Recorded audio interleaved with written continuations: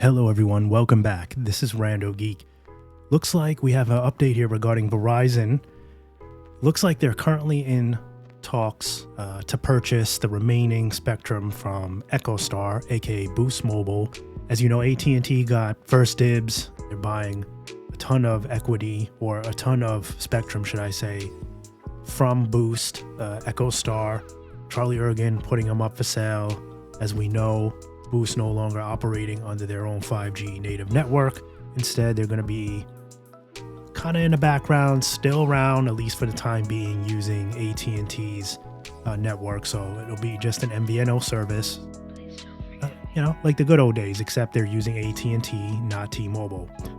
And with it being no surprise, T-Mobile no longer wanting anything to do with Boost Mobile or EchoStar, Charlie Ergen, any of that side of town, it's no surprise that the spectrum would have went to at least one of the big three carriers, right? So if it's not T-Mobile, then who's it going to go to? It has to go to at&t or Verizon. And we've heard rumors in the past, over the last year or so, that Verizon had some interest. We thought maybe T-Mobile might decide to take ownership again to get their hands on some of that spectrum, but it looks like that didn't work out. And to be honest, with so many acquisitions that T-Mobile has, it's no wonder, I don't even know if it would get passed if they tried to buy more spectrum to get their hands on Boost's or EchoStar's spectrum. I don't even think the FCC would allow that one to fly, because remember, this all has to get approved. It's one thing to make a deal. The FCC still has to oversee it and approve it and make sure that it's regulated and make sure that it's fit, right? That there's fairness here. T-Mobile's gotten away with it enough as it is. So at&t now getting a fat chunk of AWS-3 spectrum, I believe it is, and now Verizon also looking to get their hands on some of this. Now, I guess we could say that maybe Verizon's looking to maybe get the upper C-band spectrum more so than AWS-3, but they could be trying to get a little bit of both. And it looks like the remaining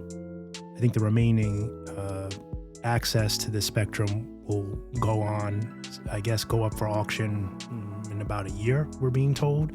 That's what the article looks like it says. So we might have some time before Verizon can actually close that deal, before they can do anything about it. But supposedly, EchoStar's 21 megahertz of AWS-3 spectrum would add about 7% to Verizon's overall spectrum ownership, which of course would most likely boost its capacity for more fixed wireless access. So that's something that, come to think about it, they really want that, right? Like, home internet has been a knock out of the park for them for most of these carriers. So we know how strong that they feel about their home internet service these days.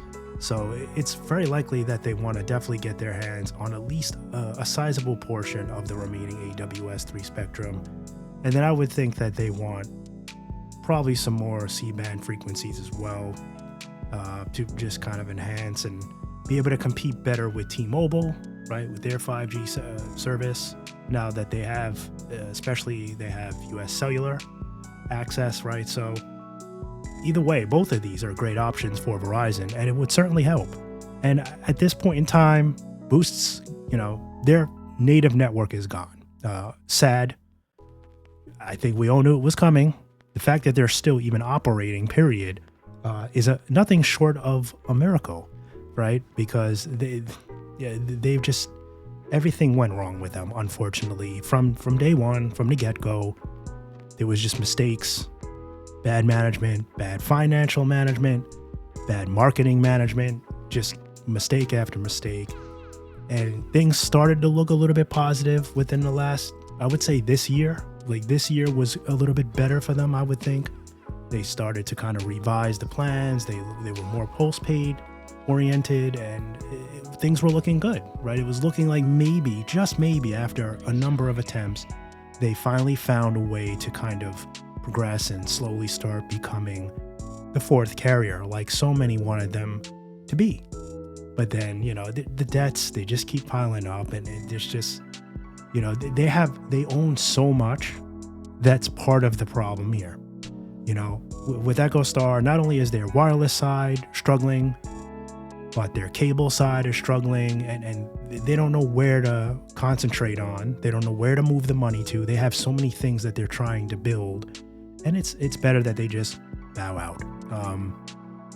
Bow out, save whatever the businesses you can, and just kind of remain in the background and let the big three, I guess at this point, just handle it. Let them compete with each other. It's not like we need a fourth carrier. It would have been nice, but it is what it is at this point in time. So that's pretty much what we're looking at here. And I'll link this article for you down below, but pretty much that's what we're talking about here. I think this will be a smart move for Verizon if they can definitely do it, if they could accomplish it, if it goes to them, if it gets approval and a deal is good for them. I think it would certainly make their network, their 5G coverage, of course, and as well as their home internet service better. As always, thank you so much for stopping by and watching, and we'll catch you in the next one. Bye for now.